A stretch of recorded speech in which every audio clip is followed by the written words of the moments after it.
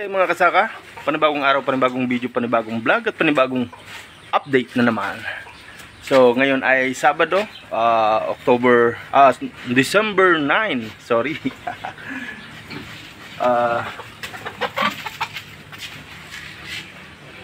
Kumusta kayo mga kasaka?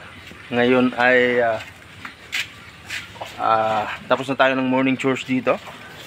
So ang gagawin ko ngayon ay maglalabas ng mga kambing.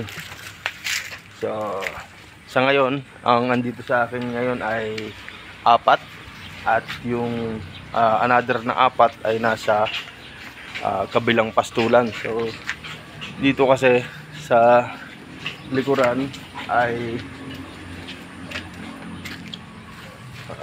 malapit na naman magtaniman. Ayan. So dito ko muna sila ilalagay pansamantala. And ayun. So 4 lang naman to. Siguro sasakto naman yung mga makukuha nila dyan na pagkain sa maghapon. So minsan dinadala ko sila doon sa may likod ng rice mill.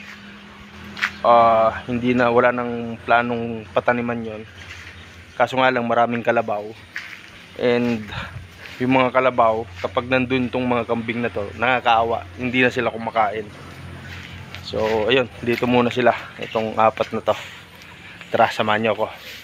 Natin tong lalaki. So yan, pag yan. So ito yung pinalit kong lalaki, barako. So marami na akong naging barako rito. Yung iba binenta ko na.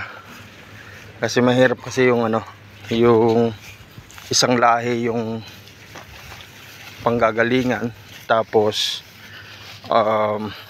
magkakapatid na sila, magkapamilya. So baka magkaroon ng problema. Ayan.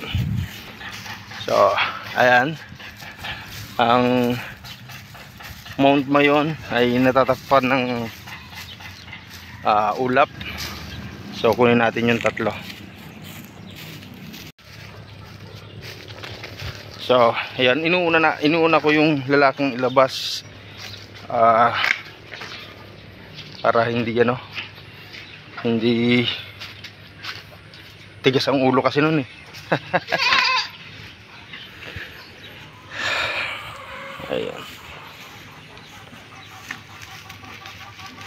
So bilis natin ba? Ayan. Tapos ito. Ayan. So pupunta nila kung saan naroon yung lalaki.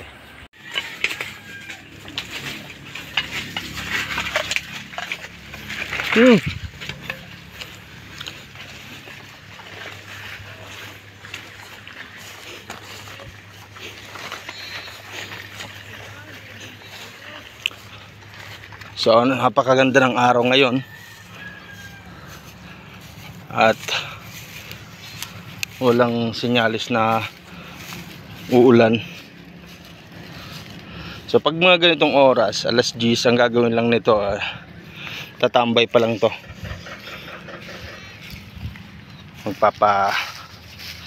Magpapainit.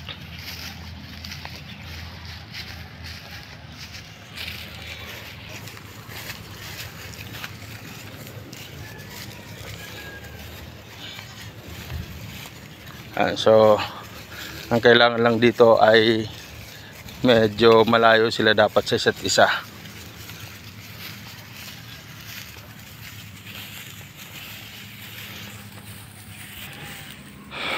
So ayan, dito muna sila. At nag-aayos na sila ng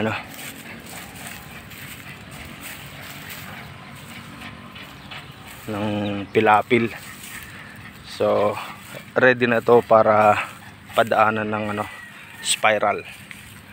Hindi naman to makakastorbo sa kanila, okay lang daw, sabi ng mga nagtatrabaho. So ito yung pinakamaganda sa pag-aalaga ng kambing. Kung mayroong malawak na pwedeng pagpastulan, napakalaking tulong kasi yan, ilalabas, ipapasok mo lang sila, tapos painom ng vitamin sa kanila, tubig, asin. So napakabilis nilang dumami. So kailangan lang dito sipag ng paglabas at pagpasok, tapos kailangan mo lang sila every 2 hours ilipat sila para ayun, makakain sila ng marami, then sapat. So pinakamaganda talaga sa kambing ay naka free range, kung wala silang tali, para nakukuha nila yung tamang nutrisyon at tamang pagkain. So sila ay alam na nila yung pagkain nila at yung mga kailangan nilang sustansya, nutrients sa maghapon ay mapipili nila. So dapat ay hindi bababa sa 16 na klase ng damo at dahon yun nakakain nila. So kapag ganitong nakatali, kailangan may mga supplement ka dyan, and dagdag vitamins sa mga painumin. So sa pagkakambing din, kailangan mo rin na regular na pagpurga.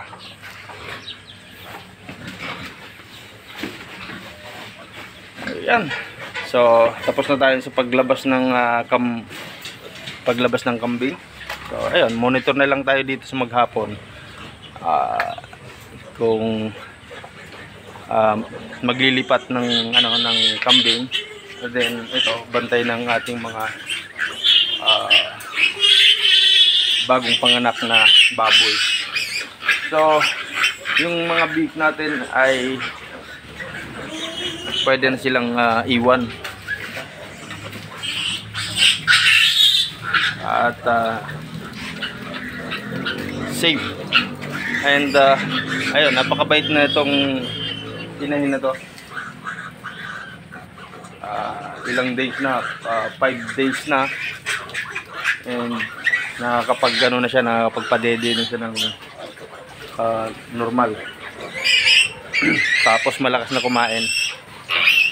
Yun nga lang talaga, mahina sa sa init. So ayun, maya maya siguro wawalasin na namin tong itong ipa, dahil dagdag sa kanyang init.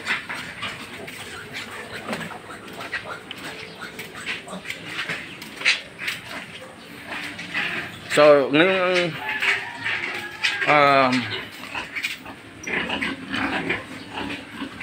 araw na to, December 10.